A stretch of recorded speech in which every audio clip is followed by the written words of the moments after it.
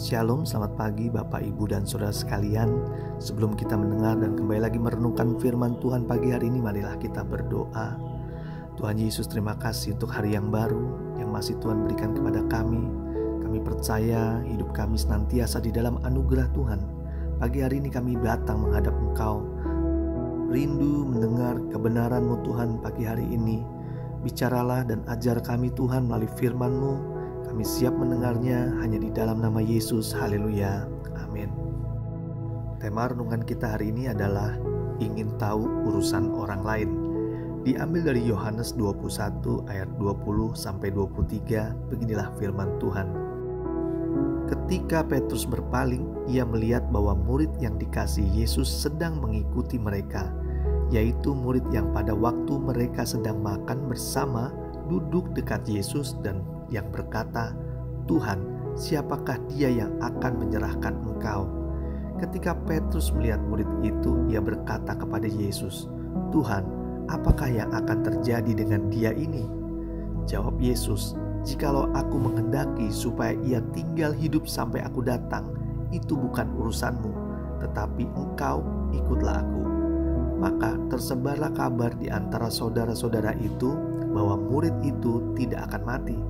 Tetapi Yesus tidak mengatakan kepada Petrus bahwa murid itu tidak akan mati, melainkan jikalau aku menghendaki supaya ia tinggal hidup sampai aku datang, itu bukan urusanmu.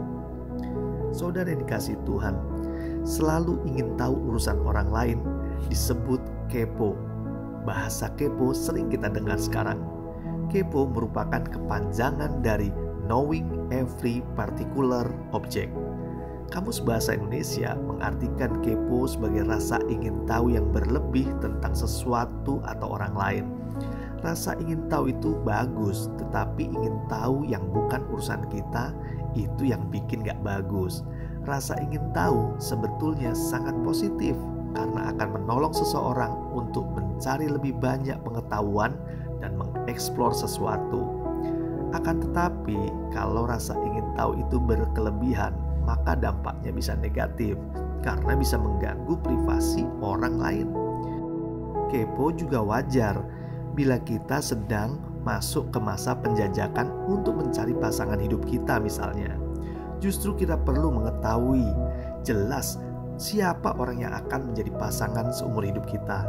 Mengetahui siapa sebenarnya pasangan kita mungkin bisa dengan bertanya kepada teman-teman dekatnya ataupun keluarganya. Tetapi di dunia nyata, di dunia pekerjaan, banyak orang yang kepo yang kita temui, tapi untuk tujuan yang buruk, yaitu untuk menjatuhkan contohnya. Di dalam dunia kerja yang penuh dengan persaingan membuat kita terus ingin tahu posisi jabatan yang kita miliki apakah aman-aman saja atau ada orang-orang yang mau merebutnya. Ini menjadi persoalan yang kompleks jika kita tidak takut akan Tuhan. Jika kita takut akan Tuhan, pastilah kita percaya ada perlindungan dan ada rencana Tuhan yang indah di dalam hidup kita. Kita nggak takut dengan jabatan yang Tuhan percayakan saat ini, karena itu semua karena anugerah dan pemberian Tuhan. Kita percaya bahwa Tuhan menyediakan yang terbaik bagi kita, sehingga kita tidak habis waktu untuk memikirkan, apalagi sampai menghabiskan waktu dengan kepo urusan orang lain. Jangan sampai kita sibuk dengan urusan orang lain sehingga kita lupa dengan tanggung jawab kita dan juga lupa dengan panggilan kita. Saudara yang dikasihi Tuhan, penyakit kepo ini juga menyerang Petrus. Di ayat 20 dan 21 berkata sebagai berikut. Ketika Petrus berpaling, ia melihat bahwa murid yang dikasihi Yesus sedang mengikuti mereka, yaitu murid yang pada waktu mereka sedang makan bersama duduk dekat Yesus dan berkata, "Tuhan, siapakah dia yang akan menyerahkan Engkau?" Ketika Petrus melihat murid itu, ia berkata kepada Yesus, "Tuhan, apakah yang akan terjadi dengan dia ini?" Petrus ingin tahu tentang kehidupan murid yang dikasihi Yesus. Yang dimaksud murid yang dikasihi Yesus adalah Yohanes. Bagaimana nasib Yohanes di masa depan? Maka Yesus menegur Petrus, sebab apa yang akan terjadi pada Yohanes sama sekali bukan urusan Petrus. Urusan Petrus adalah mengikut Yesus. Tuhan pasti peduli kepada Yohanes dan tahu apa yang akan terbaik terjadi pada dirinya.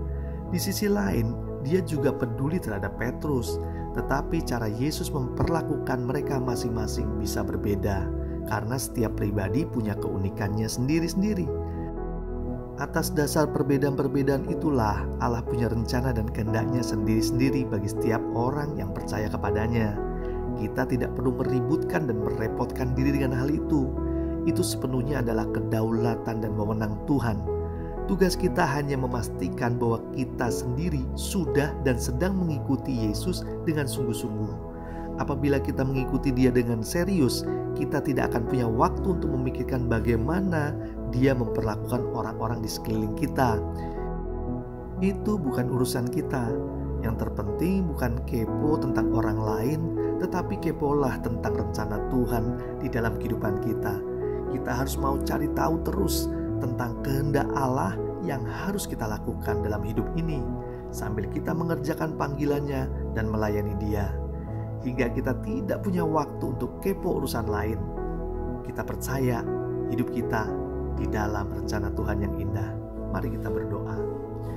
Bapa yang baik, kami sadar rasa ingin tahu kami begitu banyak, tetapi berikan kami juga batasan agar tidak menghabiskan waktu untuk mencari tahu yang bukan urusan kami. Kami sadar ada Tuhan yang sudah mengatur segalanya dengan baik.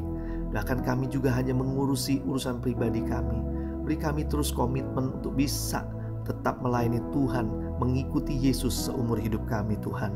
Terima kasih untuk firman-Mu pagi hari ini. Kami terima berkat Tuhan juga pagi hari ini dengan sukacita, berkat damai sejahtera, berkat kesehatan, berkat secara jasmani, berkat secara rohani kami terima hanya di dalam nama Yesus. Haleluya. Amin. Tuhan Yesus memberkati.